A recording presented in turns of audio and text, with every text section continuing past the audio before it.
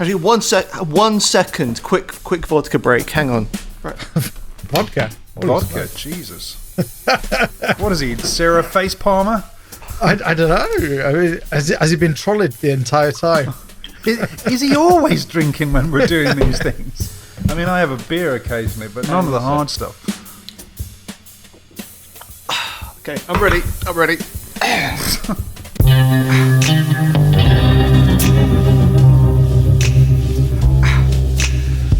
Welcome once again, one and all, ladies and gentlemen, llamas and owls, to the Formica Table. I'm Mark the Sparkplug Walker, and I'm joined, as always, by the intrepid Arbernaut. Hi. And the most sinister, bloodthirsty podcaster around, Killer Rob. Hello. Yeah, interesting. If you arrange the letters of Rob, it spells orb. And bore. Yeah, that's not really a word though, is it? Anyway, this week we're looking at part 15. We're not allowed to call them episode, but parts. And what a part it was, full of highs and lows. This week was, for me, well-paced, no filler scenes. So you'll be pleased to know there's no... filler or killer. A mixture of... some short scenes, some longer, but largely a success. Forget everything I said last week. Actually, forget everything I've ever said. Yeah, this episode made me happy. Yeah, it had me with the Otis. It had me with Ed and Norma, and yeah, I'm sold. Really, it's on its own merits. It's justified. Twin Peaks coming back, I think. Jay. Yeah, I thought this was a really, really solid, emotional episode. It had some really interesting supernatural stuff, and I thought the Ed and Norma stuff was so slightly kind of fan servicey, but yeah, me too. I was down with it. Yeah, I was down with it, and I liked it, and it made the missus cry. So, as with John Holmes' underwear, there's lots to unpack. So let's crack on. First up, there's the scene that we've just been talking about there. Nadine Hurley striding forth right out of the 1990s with one major difference, because now she's carrying one of Dr. Jacoby's golden shovels, and she intends to dig herself out of the shit. Dig yourself out of the shit. $29.99. And to do that, she's decided that the first order of business is to release Ed from their marital chains to allow him to finally return into the arms of his first sweetheart, Norma. What did we think about this? Well, it made me think that Dr. Amp had given Nadine a heck of a shag. Yeah, I wondered about that as well, because I wondered how altruistic her motives were, or whether it was just about, okay, Ed, don't need you anymore. You can bugger off. I've got my shovel now. I will say something else before I hand off to Rob. I thought Everett McGill was just absolutely fantastic with this. And I remember seeing on the kind of press junket thing for Twin Peaks, Everett McGill saying that he hadn't really done much acting since Twin Peaks, which was a shock to me. And a shame. And a shame, yeah. And he was really, really worried that he wouldn't be able to bring it. You know, like he wouldn't have it anymore. But he got it. Honestly, I think he's one of the best things in Twin Peaks. He doesn't need to do much, but the stuff that he does is absolutely top of the line, brilliant stuff. It's not. You can't say that that he's not asked to do anything kind of emotionally extreme either, because he is. I mean, in this scene, this is quite an emotionally substantive scene, and he totally brings it, and I was really moved. I mean, I think, both of these first two scenes, I think that if anything's at fault, it's the sort of slightly overwrought dialogue, lots of stuff that was a bit on the nose. I've known since forever. You love Norma and she loves you. I kept the two of you apart because of my jealousy. But performances from both. From both Everett McGill and Wendy Roby in this scene. Everett McGill, I guess, because of his sort of the sort of very natural, sort of organic gravity that he brings to a performance, and Wendy Roby's sort of anti-gravity, if you like, but equally sort of sincere weight that she brings. I thought both of them were brilliant, both of them. Yeah. Yeah, and I could see that Everett McGill was getting moved towards the end of the scene, and that was what got me. That's what got me nearly choked up. Not necessarily writing, but just the emotions that obviously he was kind of reading into it, that were feeding his performance. Yeah, no, I agree. It's Everett McGill's performance in this that kind of sells it. No, I was. I mean, in many ways, yeah, it is fan service, but I'm a fan, and I like was getting serviced. Yeah. So, but no, with this opening scene, first of all, great opening shot. Again, I love how. What was the opening shot? I don't remember. This another one of those gorgeous sort of woodland to the mountain drone shots, which this series is really. I mean, I love that stuff because it's this is the town. I don't remember anything like that actually in the original series. I guess it's probably because they're pre-drone, but there's lots of it now. It's gorgeous. Yeah.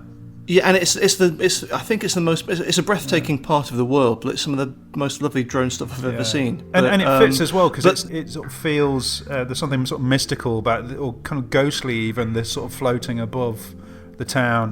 My only kind of caveat in terms of the build up to this is that we've had an awful lot of the whole shovel thing and all that kind of thing. Yeah. It seems to be this is what it led up to, and. So, this is great, but maybe we didn't need all that stuff leading up to this. I don't know. But it's certainly not the same scene repeated in 2 separate episodes. No. Shot for shot. Yeah. The one thing, though, just in terms of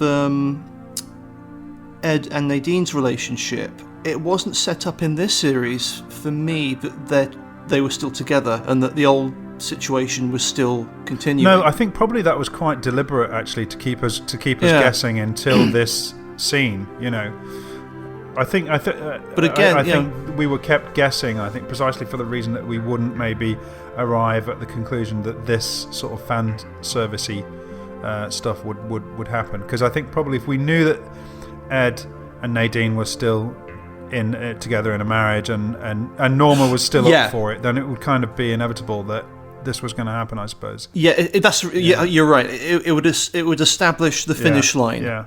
And we'd just be waiting for this to happen. Yeah. I did think it was interesting the way what was established sort of outside of the dialogue or with the delivery of the dialogue, particularly from Ed, just what it said about their relationship. I think when she says, Ed, I love you so much. Something like that, I can't remember. And he says, like, I know you do, Nadine. I know you do. And the way he says it's almost like parental, Yeah. Are you sure you're not confusing this with Star Wars? Yeah, you're right about that. I love you. I know. It's worth remembering, actually, that back in the original series, Ed and Norma did sort of start to get it on again, didn't they? When Nadine went completely mental. Doc Hayward says tonsillitis or no tonsillitis, I can go to cheerleading tryouts. Cheerleader tryouts? You're only 18 once. Yeah, and she was with Mike. But she was clearly, they took advantage of somebody enduring some kind of serious mental breakdown. And then they went, oh, great, now she's completely lost her mind, we'll get it on. I sort of take issue with it. Next up, Ed doesn't waste any time hauling his ass over to the Double R, where he finds Norma too busy to talk. As she's just about to go into a meeting with Walter, who's as slick and slimy as he was last time, and talk about the Double R franchise. I love what wasn't said. I think that's the thing. And I thought, although again, the thing came sort of dangerously on the nose, the music particularly came close to sort of wrecking the whole fucking thing. Have been loving you too long to stop now. There was just these lovely moments, I think, particularly with Everett McGill again, where he's just almost praying, I Yes, thought it was really, yeah. really nicely shot, nicely orchestrated. Yeah, I did like how you thought, oh my god, this is going to be amazing. He's going to go in there and he's going to say yeah, and then you get that, oh, Walter's here, Yeah. and him offering, Yeah.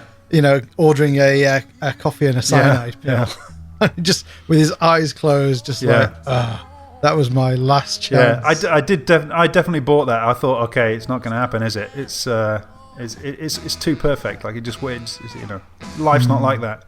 Yeah, I mean that's the thing with the Otis Redding song that was very on the nose. I thought I thought that kind of had to be a cruelly ironic. That's the thing. I was waiting for the whole scene to turn kind of ugly, and it doesn't. It turns. It's Lynch at his sweetest. Quite a surprise in itself. It's quite a twist on the scene in that it doesn't go bad.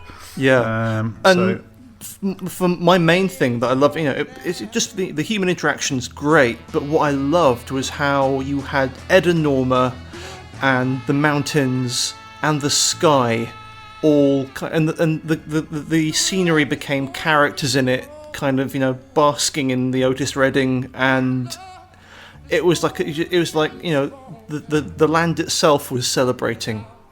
Yeah, definitely. I wanted to talk about that too, and I thought it sort of added this thing that's been running throughout this series, this return, the idea that sort of love is the ultimate power in nature, the ultimate force of goodness. And it really felt, as you say, that the love that was emanating from these two that had been held back for so long, that was still there, that was so strong, that had lasted for all these years, was kind of ricocheting off the mountains. Yeah. And that seemed quite deliberate, again, sort of placing goodness and evil as some sort of almost physical forces. That's the kind of the interesting thing about this is that these establishing shots that I've been admiring through these episodes, it's not decorative photography. You're kind of you're following the chat with what the drone technology has kind of allowed it to do. I think is you're kind of following these channels through the landscape. But it's this scene in particular, and actually a later element in this episode, which we're going to undoubtedly talk about. But the mountains and the woods and traveling through them, is and it's good and evil, love and cruelty and all that. But these are the channels they travel through. It's a physical thing. I will say, I also really thought there was a sort of delicacy in the staging of this and the blocking of it that we just haven't seen before. We had so many of these sort of two-handers talking over a table, exposition. I really liked this scene, this camera that sort of held on Ed as he's, he's almost invoking something there. Like there's almost something magical happening. He's closing his eyes. He's almost praying for something, for something to happen, and just the way it holds on him, and as Walter walks past him, behind him, this sort of tiny smile begins to grow. It's a beautiful performance, and then Norma's hand just comes in, sort of right of frame, and I got goosebumps. I really enjoyed it. So, from the majesty of love and mountains to the dark underbelly of evil and possibly its birthplace, we see Mr. C doing some classic Lynchian nighttime driving. I thought I heard the record needle actually from when Maddie got murdered, from the last series. I think you were hearing the electricity sound again, because we start and we're following electrical lines going along, and we hear that kind of sound, and then we it's the headlights on the road in typical Lynchian fashion. Mr. C arrives at the convenience store. I don't know how you feel about this, Jason, but it did seem to confirm to me that this was the convenience store, and not one of many convenience stores. And that the above part where the woodsmen live, or sitting around the Formica Table like we do, is located somewhere other than this sort of physical realm. Yeah. I think we, or at least I made the mistake of assuming that if they lived above the convenience store, it would be a convenience store with a second floor. Yeah. And clearly, this was more of a metaphysical. An easy mistake. Floor. Yeah. And obviously, this is the one that we saw in episode 8, where the woodsman emerged. Yeah. Also, the fact that later this one is revealed to be a teleporting, sort of TARDIS-like convenience store. Yeah, I think that in 2 episodes back when Mr. C was asking, where Philip Jeffries was, and Ray said, "Last I heard, he was at a place called the Dutchman." He's at the Dutchman. I think that's reference to the Flying Dutchman, which was a ship, like a ghost ship, which moved from port to port, with a ghostly crew. And I think this convenience store is the kind of the equivalent, and it's kind of like staffed by these ghostly woodsmen, and it travels from place to place as well. So in fact it appears to be a portal between various physical realms which are traversed to via shadowy hallways and stairwells that also, interestingly, I guess this ties into what you were saying before, Rob, also they appear to be to exist partly with woodland or in woodland, as if woods and forests are kind of also part of these passageways and portals. And anyway, so we see Mr. C led into a space above the store that I think's wallpapered just like the picture that Mrs. Tremond or Chalfont gives to Laura in Firewalk with Me. It's exactly the same. It's the same wallpaper, right? To put in her bedroom. Anyway, so Mr. C tries to negotiate a meeting with the one and only Philip Jeffries. I'm looking for Philip Jeffries. Yeah, it did make me think actually that sort of travelling through as they were walking through that hallway or that dark room, and then I loved it. It was great, and you got all the sort of trees that were passing by. I loved that. Yeah, I really loved it, and it made me think, because it looked almost like it was probably a drone made by a drone again, but it looked like it could almost be bird flight, and I just wondered then, is this what owls are? When you see owls, you talk about owls are not what they seem. Are owls kind of couriers for souls traversing kind of between physical realms, which is what the sort of above the convenience store allows you to do, Wow, that's got a nice Harry Potter flourish. Yeah, I've never seen Harry Potter or read Harry Potter, but you're missing out, Mark. I tell you what, it also has a slight, again, you mentioned last week, a C.S. Lewis feeling to it, weirdly enough. Yeah, Lion, Witch and Wardrobe, almost like walking into the back of the wardrobe kind of vibe. Yeah. And also in The Magician's Nephew, the kind of the place with all the different ways into different worlds, but not just Narnia, but other ones as well. But it's it's kind of these kind of big interior spaces which at the same time have exterior elements superimposed over them. I this stuff was absolutely, again, this is kind of like episode 8 territory almost, where it's this stuff is just worth it for itself. Speaking of number 8, he's led to a cabin. Well, before we get there, can I just talk absolutely. about a little Easter egg that was? You're very welcome. The woodsman who is at the top of the stairs, that when Mr. C says he wants to see Philip Jeffries, he pulls a lever. That woodsman is sat next to like what seems to be like a record player that's turned around so you can see the insides of it. And in Firewalk with Me, in the scene above the convenience store, the woodsman who's played by the guy out of Dune, whose name escapes me. Me too. He's Jürgen Prochnow. That's the guy. That's why there's 3 of us. Yeah. So he's also sat next to exactly the same kind of reversed old timey record player thing. So there's like a duplication of props there, which is another link to. Well, it did seem actually like, even though it wasn't precisely the same, it did seem like that space was sort of an approximation of that space in Firewalk with Me, that would have the Formica Table, in the middle. Yeah. So anyway, he's led to a cabin, number 8. I don't know if it probably has some relevance. I'm not sure what though. Can I give you another little Easter egg go on. related to this cabin? you will be most intrigued to discover that as he's led out and across that kind of like gravel thing where he meets the woman in a... The woman that reminded me of Austin Powers, where they say, "That ain't no woman, it's a man." She's obviously a lodge denizen because she's speaking backwards. Yeah. But the place that she leads him to is the place where Leland Palmer discovers that his daughter is a prostitute. Remember, he's with Teresa Banks. Yeah, he's meeting up with Teresa Banks, and he kind of stops in his tracks and goes. Ron Pulaski is there as well. Yeah, and he gets the hell out of there. What's wrong? Nothing. I chickened out. That location is the same location that Mr. C is led to. Cabin number 8. Cabin number 8. Yeah. Wow, brilliant work, Jason. I thought you were busy. This comes from Reddit readers. I can't claim that these are my own ideas in this particular instance.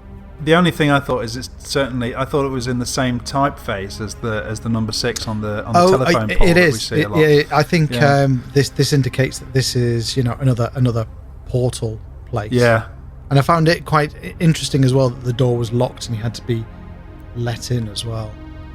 Yeah, that's right. Yeah. I don't know whether that was to keep whoever's inside in or to stop people from getting in. Stop people from using the portals, maybe. Also, because when you go in, Jeffries wasn't immediately visible. First, he sees a radiator and a radiator against a wall, and that sort of slowly fades into this sort of what almost looks like a painting of, I think, a giant black percolator. Well, it's obviously related to those machines that we saw in the room with the giant and in the purple mauve zone. Yeah, but if you look at these big American coffee percolators, they sort of look like that. Yeah. Quite a lot, with the spout and then the funny thing on the top. Yeah. But anyway, full points on original solutions for recasting. Clearly, David Lynch must have been listening to Tin Machine and gone, wait a minute. Oh, very good. Very good, yeah. It was very, very Dune again. You think so? Yeah, the Emperor, Shaddam the Fourth, talking to the Guild Navigator. I mean, Paul Atreides. We want him killed. I did not say this. I am not here. I understand. Very much that scene. And the radiator's straight out of Eraserhead. Yes. Yes, I thought about Eraserhead as well.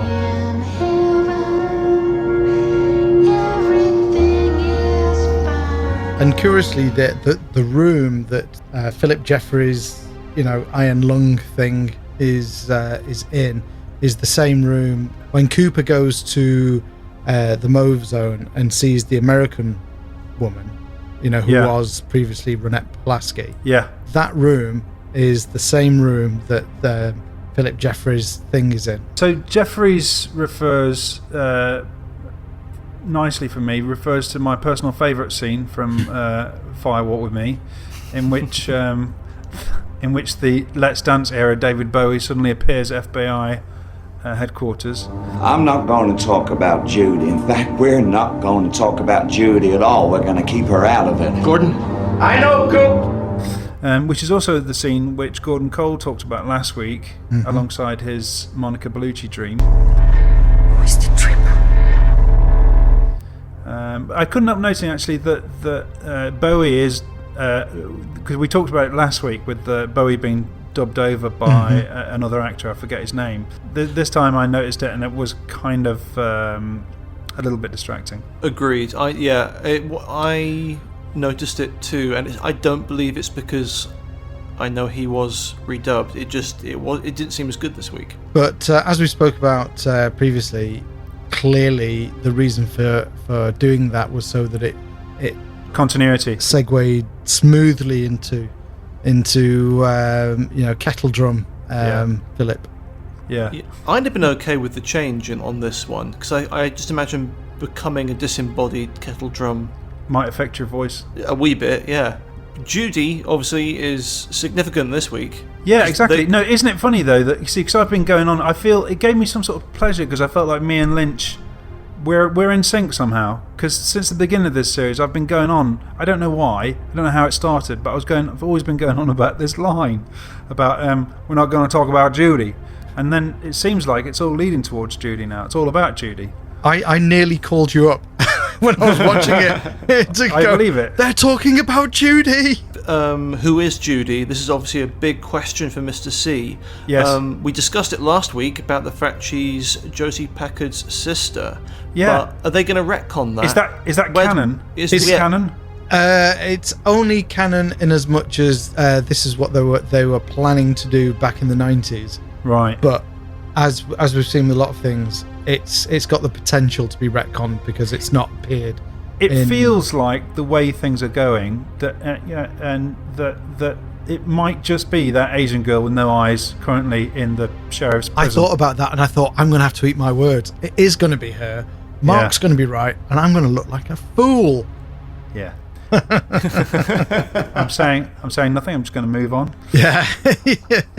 In a classy way. You're going to be so smug if you're right. I noticed as well, and I hope, Jason, I'm kind of hoping that you're going to have something to say about this because I'm not sure, but I only caught what was given, which was that Philip Jeffries sort of tooted out some numbers from his steam spout, and I think they were 48551. This is when Mr. C asks, Philip, why didn't you want to talk about Judy? And then Jeffries says, I'll write it down for you. And then out come these numbers. And also comes out a very handy notepad and pen. Yes. I've actually I've written the note. Mr. C, handy notepad, LOL. I also thought later when he, because we know that he's sending these texts, but actually watching him text is sort of not that cool, really. It's like, it's like Machete. You could have at least texted me.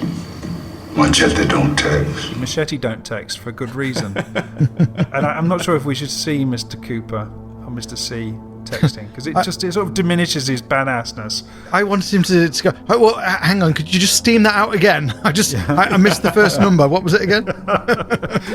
I know what you mean, though, Mark. It's like, tough guys don't text. It just doesn't, No, and the notepad is even worse, I think. the little notepad in his pencil, kind of with an elastic band around it. Maybe that's the FBI agent sort of residue. What I thought was interesting as well, though, was that Philip Jeffries said that Coop had already met Judy. Yeah. And I was going, okay, is this kind of like 25 years ago he met Judy, or is this kind of like some subsequent person that Mr. C has met? And I was trying to run through my brain every single female that Cooper and Mr. C had met, going, could that be Judy? No. Could that be Judy? No. Could that be Judy? So, I don't know. We'll see. Exciting. Or we won't. Maybe. Or we might not. But the way things are going, though, I think we will. It seems to have a habit of tying things up quite neatly these days. It struck me that... And I don't mind it too much. Well, I liked the fact that Judy was a bit of an enigma. And it seems like... Is it because you've turned out to be a bit wrong, though? No. I just like mysteries, and it feels to me that David Lynch is kind of like creating all of these mysteries, and then Mark Frost is running after him, going, "Ooh, I can tie this, and this, and this together, and tie it up in a neat little bow." I did love all this stuff, but going through the convenience store and everything, there's a definite internal, consistent logic to the way all these things are behaving, and Mr. C seems to get how it all operates. But the origin for all this stuff comes from David Lynch's kind of intuitive, painterly nature. They come from his artistic impulses, but it's like Mark Frost is codifying them. In a way, though, I don't mind, because there's this sort of... I mean, if you look at the way Mulholland Drive was created, there was sort of random chaos that Lynch sort of brought into order. The chaos happened by him making what was essentially going to be a pilot for a TV series. Then the whole thing didn't get picked up, and then he got like I think about something like $8 million to turn it into a sort of theatrical release, and he got the money, and then he was like, shit, I don't know how I'm going to do this now. So apparently he went away, and I think I heard this from Lynch's mouth as he was doing a talk here in Denmark, that he went away and then transcendental meditated over it, and then he came up with the idea of how to, tie it all up. But I think it's just this idea that you get a lot of chaos, and then you meditate on it, if you're Lynch, and then sort of bring some order into it somehow. And you could say that Mulholland Drive is still chaotic, but I think it has this kind of undercurrent that you're aware there is some sort of mechanism, even if you don't understand it. There's some kind of structure and mechanism that it adheres to, some kind of order. Yeah. That's just to say, that Lynch also has his means by which he sort of codifies things, admittedly perhaps less conventional than Frost. Then what happened next validated one of my other theories. A phone rings in the room, Mr. C answers it, and then he travels down the telephone line. Ooh, Mark, you're on fire. Back to his original start point, where he meets, waiting for him, Dick, his son. I recognize you back at the farm. You're FBI. How do you figure that? Because I seen your picture in your fancy FBI suit. Don't come any closer. Who he clearly doesn't know is his son. Or at least he didn't before this scene. It's funny because it's kind of like your standard soap opera scene, sort of turned completely upside down, where the first time a man meets his son, he kicks the shit out of him. To be fair, it wasn't totally confirmed that Mr. C was the father. What we did get confirmation of was that Audrey was his mother, yeah. And that Audrey kept a picture of Cooper. That's how he knew him. Yeah, I would have thought probably a little bell would have rang by then. I think in Mr. C's head, Mr. C was doing some mental calculation and going, okay, I'm not going to kill you. We're going to have a talk in the car. That did, to me, that felt parental. All right, get in. Yeah. It's tough love, Yeah. One interesting little side note was that before they get into the car, Mr. C gets out his phone and types Las Vegas ? He does. Which ties into the whole, all this stuff is happening at really kind of odd times. It's unlikely that it isn't the original text message that we saw 2 episodes ago that he sent to Diane. What I'm saying is I think you're probably right. Yeah. But then I did think again, because it seems like later with the scenes that you've got with Chantal and Hutch, it seems that like the ante has been upped in terms of Las Vegas, and I wondered if this was a fresh Las Vegas question that he got an answer to off screen that we don't see, that resulted in him ordering Chantal and Hutch to move in on Mr. Todd, which we see later, which we'll get to later. But anyway, don't know. There's a beautiful montage of more of these drone shots we've been talking about above majestic Douglas firs and waterfalls and whatnot, and then we join, of all people, Mark Frost. Yes, yeah. For a walk in the woods with his dog. Playing the same character as he did in season 1, which is Cyril Pons, who's doing the newsreader. He was doing the news reporting, yeah. Hilarious. Do I get a geek star for remembering the newsreading thing? You do, yeah. We leave Mr. Frost for a moment as we find Stephen Burnett. He's Shelley's daughter's husband. Yeah, Steve. Yeah, he seems pretty determined to blow his brains out. And he's huddled under a tree with Donna Hayward's youngest sister, who, amongst other things, has apparently reduced him to tears with the power of her lady bits. However good those lady bits were, they weren't worth living for, and he blows his brains out. Or does he? We hear the gunshot, we don't see the body, so... True that. I think we're supposed to draw the conclusion that he killed himself. And in his kind of like slightly confused ramblings, it did sound like he was claiming to have shot Becky as well, so... Oh, really? Yeah. Oh, I didn't pick up on that. Yeah. I'm really loving these these scenes in the woodland, Yeah. this sort of mossy woodland with these huge trees. There was nothing like this in the original series, actually, but these sort of daytime shots in the woods, they feel very just very painterly somehow, a little bit Tarkovsky-like. You know, again, I sort of thought a bit about Antichrist again. Yeah. Just really painterly, really gorgeous, very peaceful. It's like this kind of manic sort of madness, this sort of chaos of these two people, and there's this peaceful, you know, green, lush woodland. You know, especially when you cut to the super wide, and they're just like tiny in the frame. Tiny, yeah. And it's all this kind of like lovely green, and they're wearing these kind of like, you know, kind of red, unnatural, pinky, purpley, reddy. Yeah, very sort of pre-Raphaelite, I suppose. The paint, because with her red hair and the green foliage. He's always borderline annoying me a little bit. I've found that the performance is slightly overbaked. She's brilliant. Are you talking, when you say she, you're talking about Becky? Are you talking about Kirsten Hayward? Kirsten, yeah. I thought she was really good. Yeah. If you take all his scenes though and put them all together, just and watch them. If you watch them all in one go, just kind of think, what does it amount to? But really, you can say that about almost every single one of these characters. I mean, if we're gonna, I don't really want to slip into negative territory, but especially the Twin Peaks-based characters. So all you're left with, though, really, then, is how well do the actors perform what they're given, and you can admire that, and It's like the Ed and Nadine scene, isn't it? I mean, it's not particularly strong, the writing, and they're left with some difficult stuff to chew over, but they do a great job with it. That's the thing. It's actors doing a good job in most cases, but in the purpose of but then they're not helped any by the business they're up to. Yeah. If there is a problem, that's kind of what it is, I think. In conception, basically. Yes. Yeah. Yeah.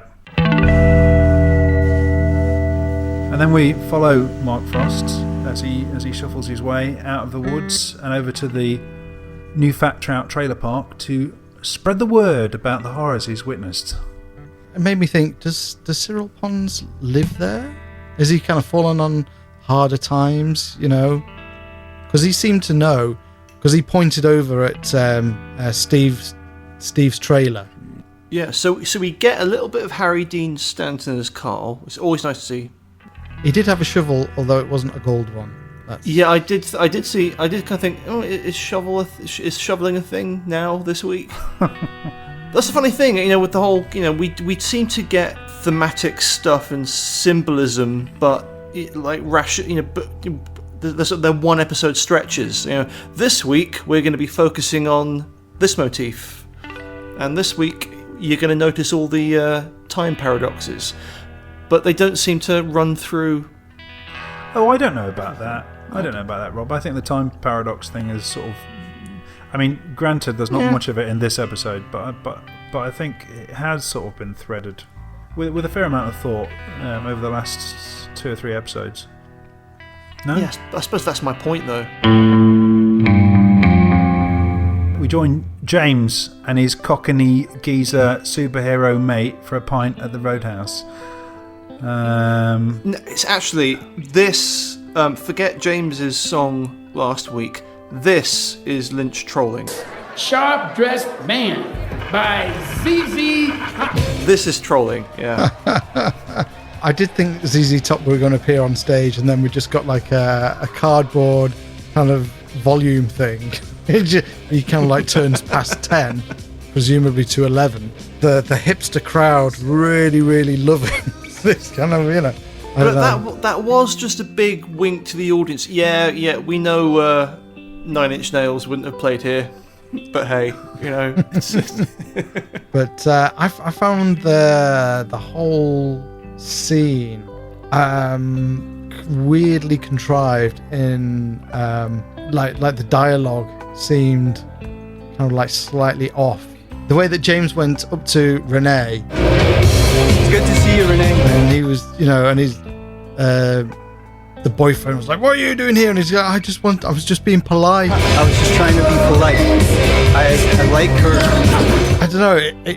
It's almost like he's sort of George from Of Mice and Men or something. He just sees a pretty girl and I want to go and say hello, you know. Yeah. And it's like, dude, she's sitting next to her husband, and he would surely know that she's sitting next to her husband, and this probably wouldn't be a choice moment to go and say hi since the guy wants to break your face, you know.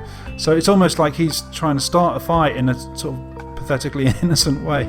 Yeah, because obviously his husband definitely has a pre-existing problem with him. So it's like, it's kind of what the scene required versus logic. There was I think it was that discrepancy. It's exactly, that's the word. It's like we needed, Rubber Fist Guy and James to be in the jail. I think that was the purpose of this whole scene. And how do they get there? Freddy starts punching people with his superpowered glove. Yeah, it would have been a lot better if it had been, they'd have both ended up next to each other at the bar ordering drinks, and then they started talking, and the husband didn't like it. You know, that would have been much more organic. Yeah, that would have been perfect. 'Cause it starts from two characters; they both need drinks. You better stop this. Fuck you, punk. I did enjoy it, I must say. I also liked how at the end of it all, the cockney geezer Freddy, he's just knocked these two guys out and he's still holding his beer. Well, he's from London, isn't he? He's from yeah. I also enjoyed at the end how James says, "Oh, I'm really sorry, I didn't mean for any of this to happen." And then there's a couple of beats and he sort of leans in and he goes, "God, his eyes don't look right, do they?" I really did like him saying, "Please, someone call this man's injured. Call 911." That was great. But I think that made me feel at that point. It's like there was a really good scene there to be somewhere had. in that. Yeah. I do think it's funny how James Marshall must be knocking 50 soon, and somehow he still registers to me as being about 20. Yeah. There is an air of complete guilelessness. Is that the word? Yeah. Guilelessness. Fuck it. There's an air of innocence about the guy. Is what there is. Yeah. There's also this sort of unmistakable air of cool about him. Well, he's always cool. Now you're just trolling with me. We leave Twin Peaks momentarily for a couple of Vegas set scenes. The first one is with FBI agent Randall Headley, who discovers that his bumbling assistant Wilson has brought in the other Douglas Jones family, the Catholic version. Every sperm is sacred. The first, with those two cops, their first scene together, I fucking cracked up. I loved it. And this one just felt utterly flat. Like it, for me, just like there was something just not right under the bonnet somewhere. That people have said that about me. Have they? Yeah. Ah. No. Oddly erotic then. Anyway. For me, it was just funny. It was over in a moment. Couldn't Gordon have given him any more information than he did? But I think they did. I think it's just the fact that this Wilson is sort of an idiot. Meanwhile, across town in Las Vegas, hit woman Chantel has put the hit on Mr. Todd and his assistant, as Mr. C seems to be cutting his ties and covering his tracks. Yeah. And it made me think Mr. Todd had never got up from behind that desk in the entire series. I wish they'd given him more to do, that actor, because I was excited to see him straight off, because I've always really fucking loved that scene in Mulholland Drive, the one that he's in the diner with the strange hobo woman in the out back in the bins, back of this place. When we first saw him, I thought, oh great, they're going to do something with this guy, because he only got that one scene in Mulholland Drive, didn't he? Yeah, one down, one to go. Does she say one down, one to go? She does, yeah. So she's referring to Dougie Jones, I guess. That's going to be the next one on the list, is it? I would assume so, because I don't think Roger was the second one. I think he was just collateral. I like the fact that she has to return to finish the job, because she's walking away and then she hears this like. Yeah, I think Coppola talks about that with it's always the little details in the deaths that make them interesting. Because otherwise we've seen it 1,000 times on everything. Yeah, he does. And you're thinking specifically, I think, about that scene at the end of The Godfather where they have that montage of all the Corleone enemies sort of being hit. And there's that bullet that goes straight through the glasses, the spectacle glass. Yeah, Mo Green special. Yeah, straight into the eye. And brilliant. Actually, like Don Fanucci in Part 2, there's the light bulb flickering, and he fixes it, and then suddenly De Niro gets him. I like that. I like the static, the way the camera's just held static, which allows her to sort of walk back in, finish the job, but we don't follow her. We hear the gunshot. I don't know. It just sort of plays. It just sort of says that this is all completely routine, and we don't need to follow her back in because this is sort of very casual for her. There's nothing monumental about it, and we let her sort of walk out of frame, and we wait, and then we watch her go out of, come back into frame, and then go out of frame. Yeah, and it's the sound that's disturbing more than with the guy not quite dead. Yeah. If we could see it, then it would diminish it. It's more horrifying. Just the horrifying thing is the sound of his suffering. Is there something wrong with me? I thought it was quite comedic. I kind of thought that they were going for comedy as well. Oh yeah, but it's in the timing as well. It was a nifty little scene, but inherently disappointing because of what it removed, and that was the possibility of Mr. Todd. Yeah, I mean, having any kind of apotheosis as a character. I think I felt, as I often do, is I sort of see this from the point of view of the actors, and I just wanted more for him to do. Really, it was less about the character for me and more about the actor.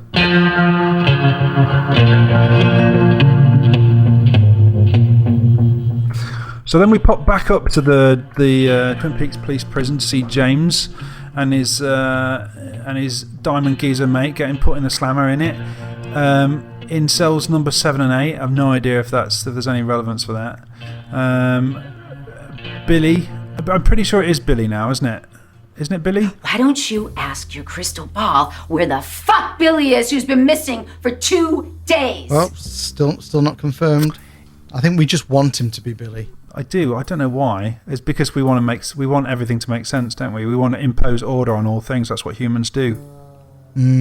We're humans. We're typical humans. I like having all these characters in the one place. Again, it feels like it's leading to something. Yeah, and I think, as I mentioned earlier, that the reason for the weird scene with James and Freddie was to get them into jail, because I think Freddie's destiny, his role, is to protect Nado. Oh, yeah. Because I would imagine... Oh, yeah, he's going to be able to bend those bars and just get out, exactly, isn't he? Yeah. Brilliant, yeah. This whole series so far has been loads of really, really disparate plot threads with characters not getting to interact. And suddenly we're getting characters who are all in the same place at the same time as each other, interacting. Yeah. I did think, on that note, actually, I did think it was a bit weird that there was no beats or just no acknowledgement between Bobby and James, being sort of former rivals and former rivals in love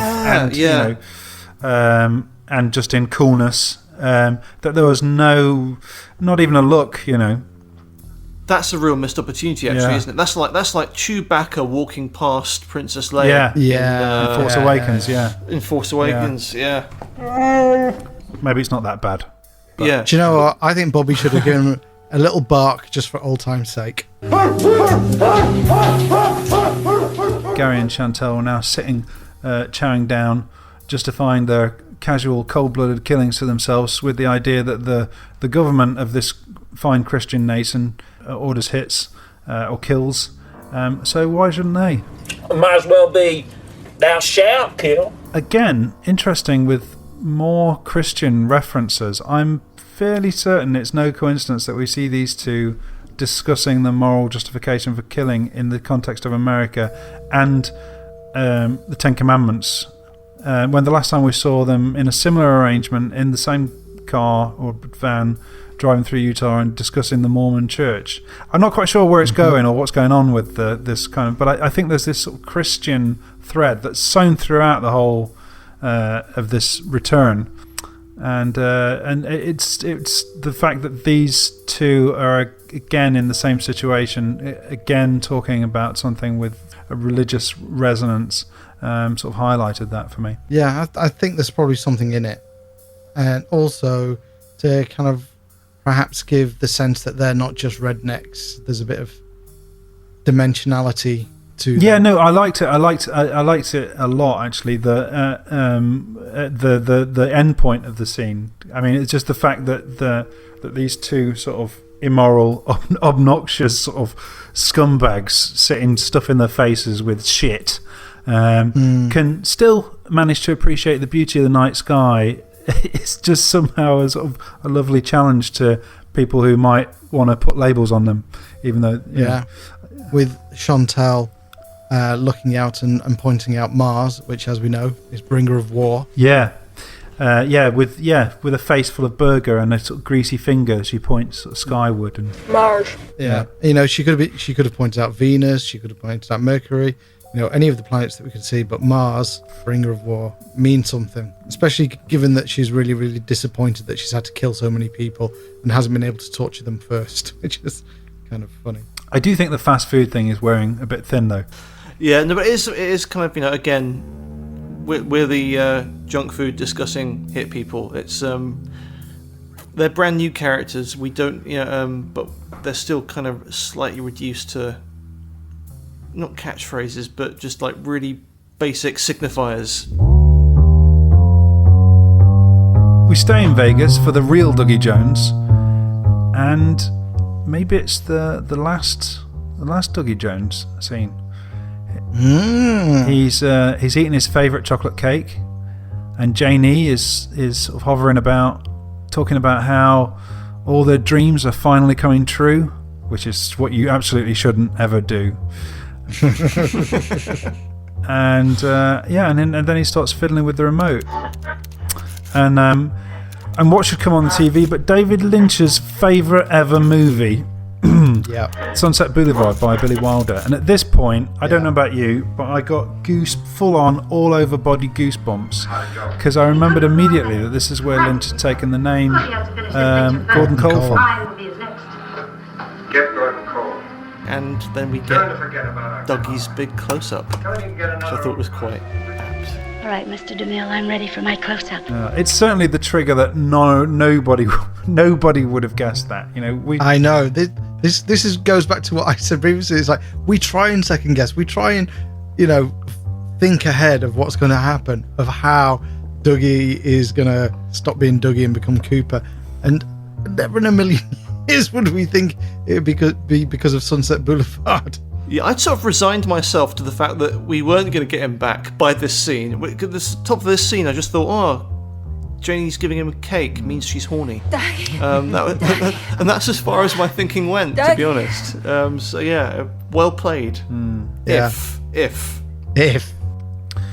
I think we're either gonna get 3 episodes with Dale Cooper, or we're gonna get a few minutes with Dale Cooper before he gets waxed by Chantal and Hutch, which I predicted some time ago. But yeah, you did. Yeah, I recall you saying that. Yeah, that would be the ultimate troll. If Lynch did that. I kind of reckon that they're going to get their own Ike the Spike treatment. Personally, that's from Coop. Yeah. I think he's going to deal with them cleanly and efficiently. Mm-hmm. That's my feeling. Oh, I can't wait. Next, we've got a very lovely and rare fourth wall breaking scene with Hawk on the phone to Margaret Lanterman, aka the Log Lady. And as with all these scenes, they're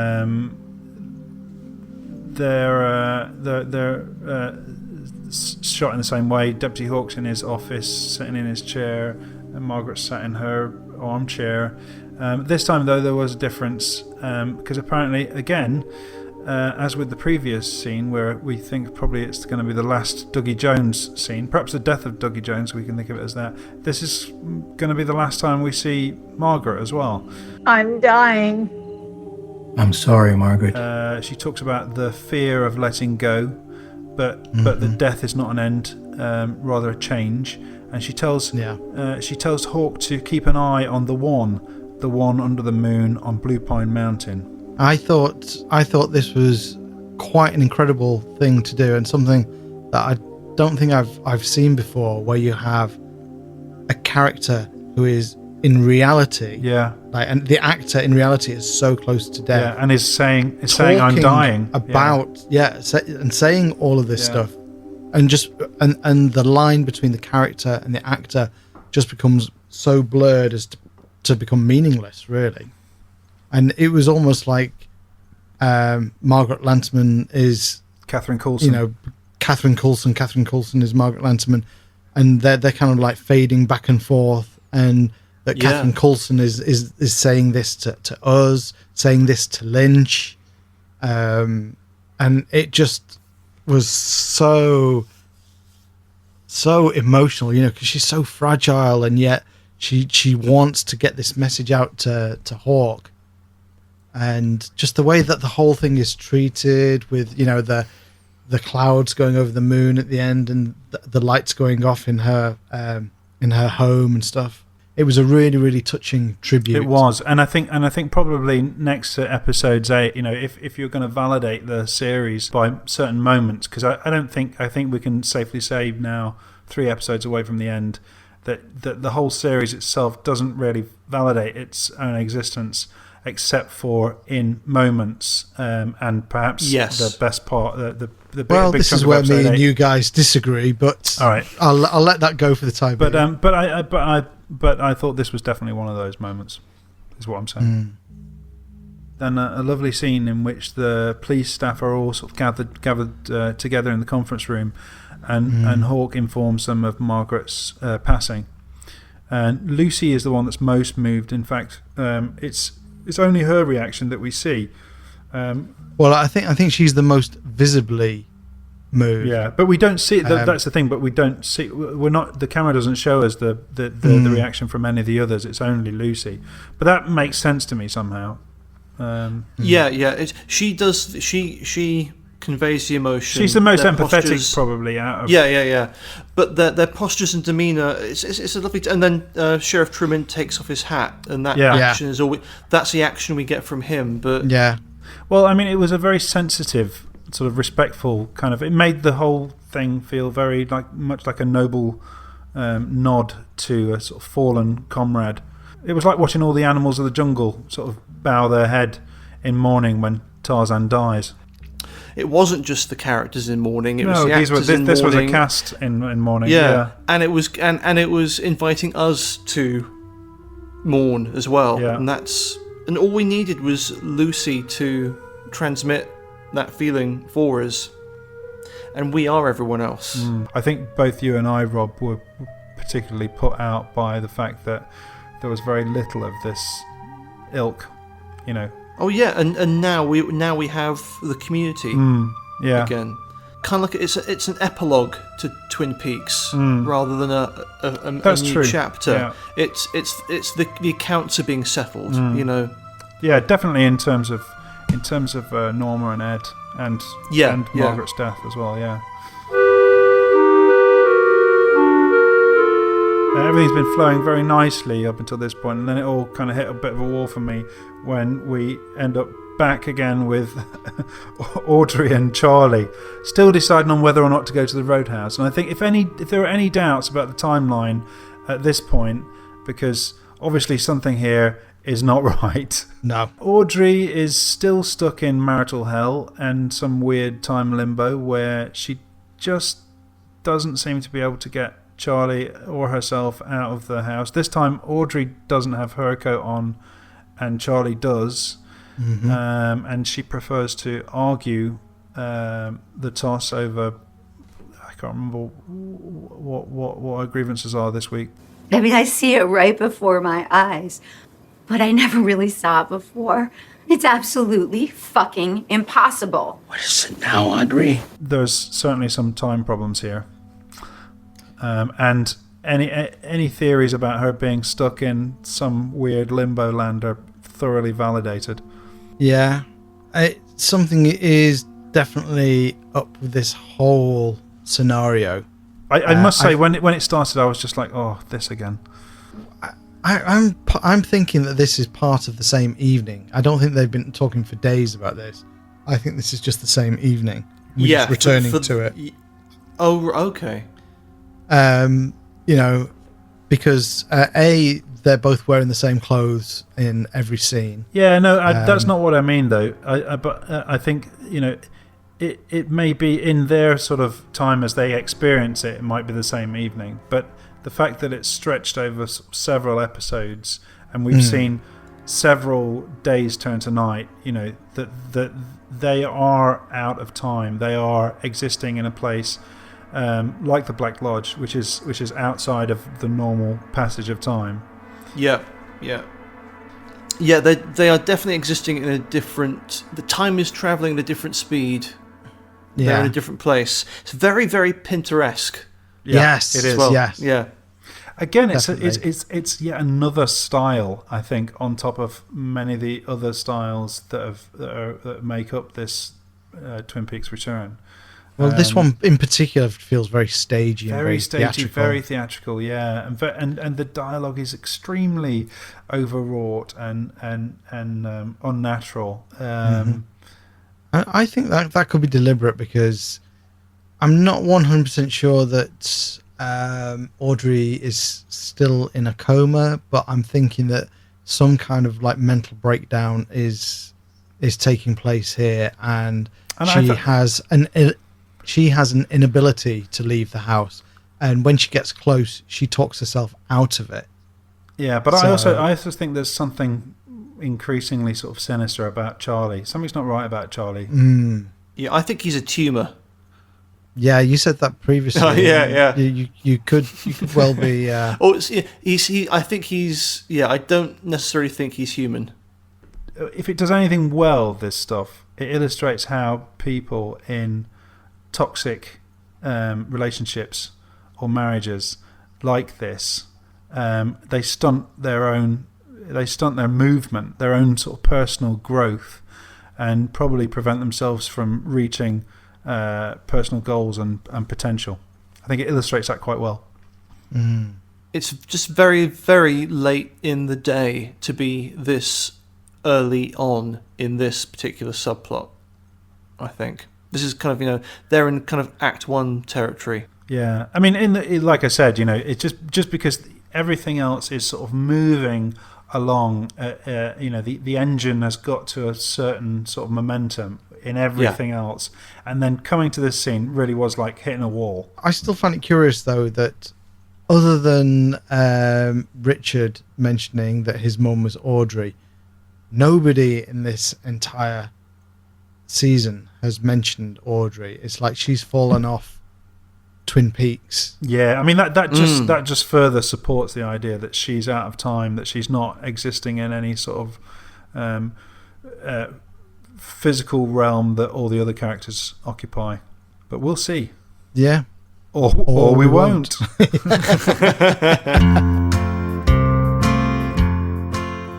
Our final scene, we get to the Roadhouse again to hear The Veils.